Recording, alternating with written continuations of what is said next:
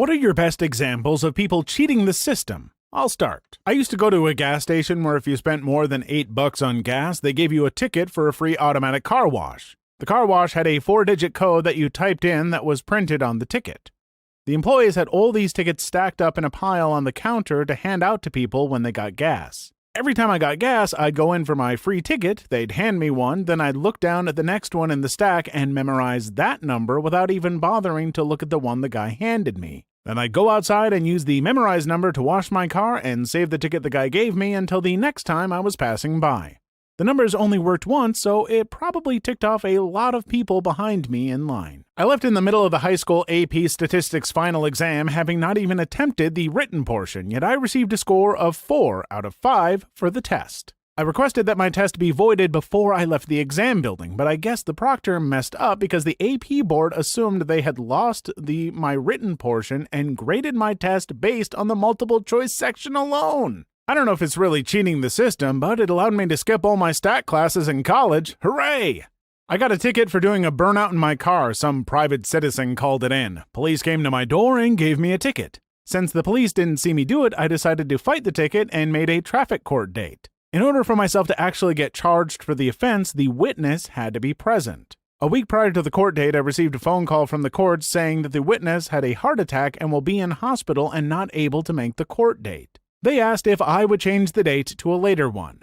I obviously said no, proceeded to show up to that court date, and ended up getting off that ticket due to a witness no-show. The 3 o'clock block. This guy I worked with in Tool and Dice used to keep a block of steel in his toolbox, and at 3 on a Friday he would get it out and take it to the surface grinder. A surface grinder is a machine you put the block on and then turn a dial and watch it grind. The block was not part of any job, just a block to look busy with. He just stood there and ground it for no reason other than to not do other real work.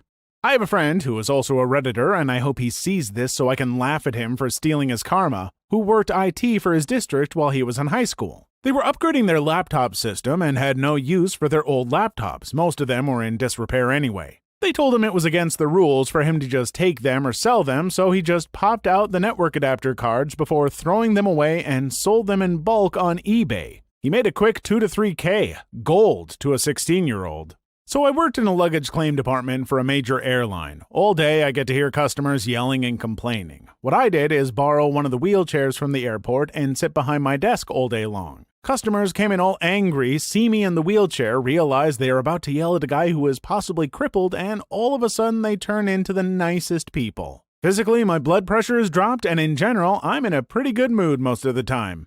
Edit. So, my boss will often check the date modified on certain files on our server to see if I have updated or even opened a certain file recently. So I have installed a charger unit that allows me to modify the date modified on any file. This comes in most handy when my boss wants to give me weekend assignments.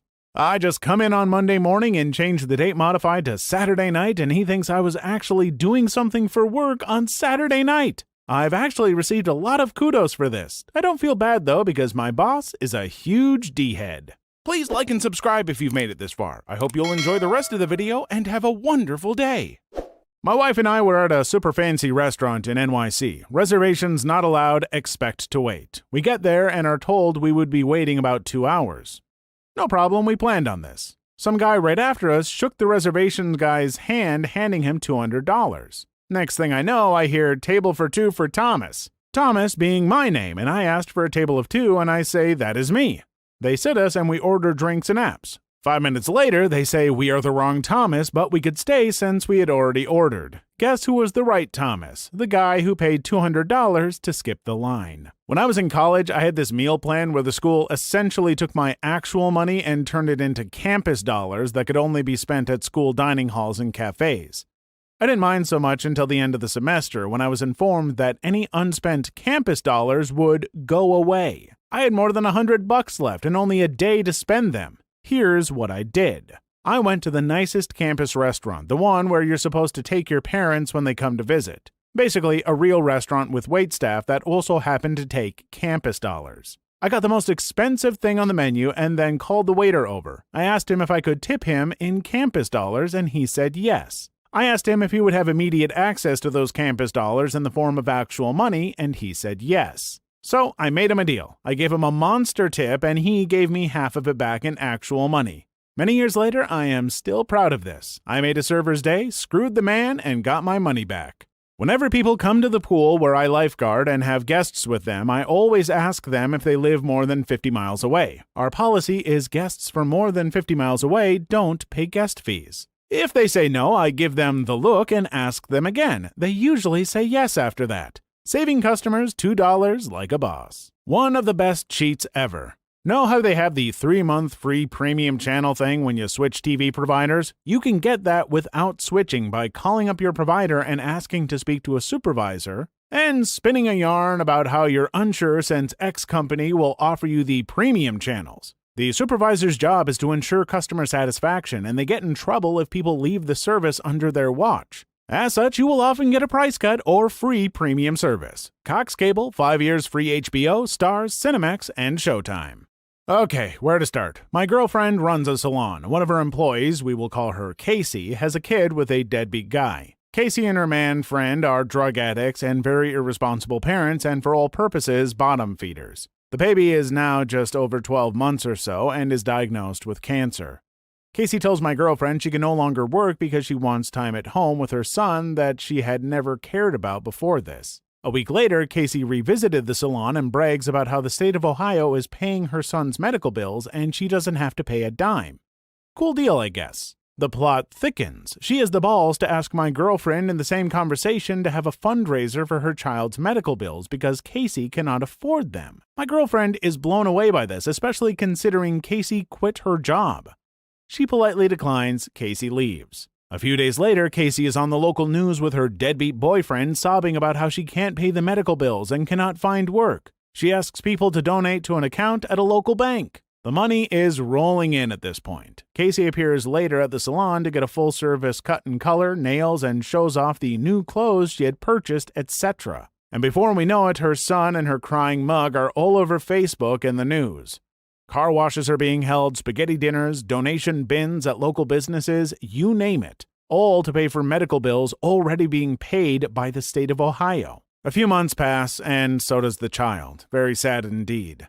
The day after the funeral, Casey posts on Facebook pictures of her out partying it up at a local club. And soon after, there is a benefit dinner being held for Casey to pay for funeral expenses. And she wants to start a charity for cancer research. Now, this is a short version of the story, but effed up nonetheless.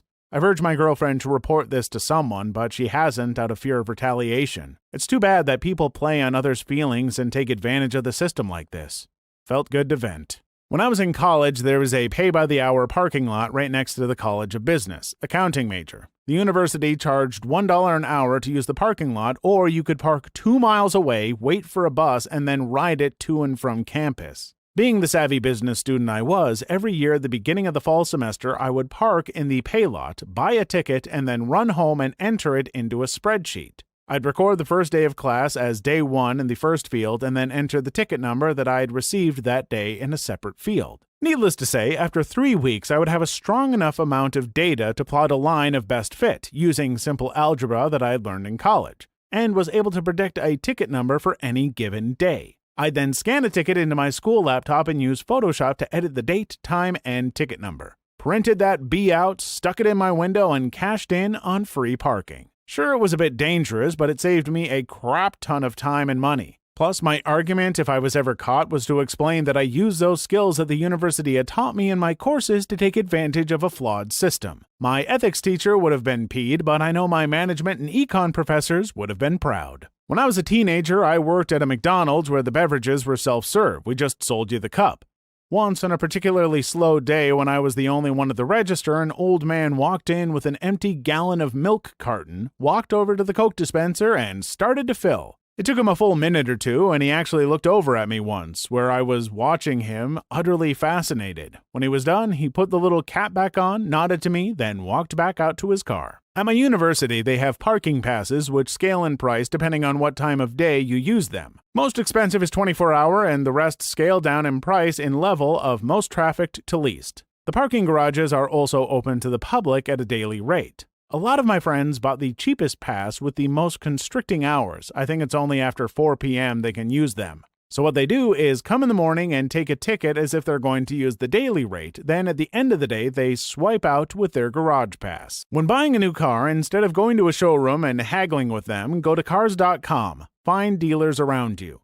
Ask them for quotes over email. Once they send you quotes over email, edit the price mentioned in the email and forward it to some other dealer. The other dealer will reduce his price below this. Edit that email to reduce the price and send it to the first dealer. Keep doing it. Got $24,000 car for $17,000, all taxes included. Got a negative removed from my credit report. Once you have a negative on your report, it stays on for 7 years. There are exceptions.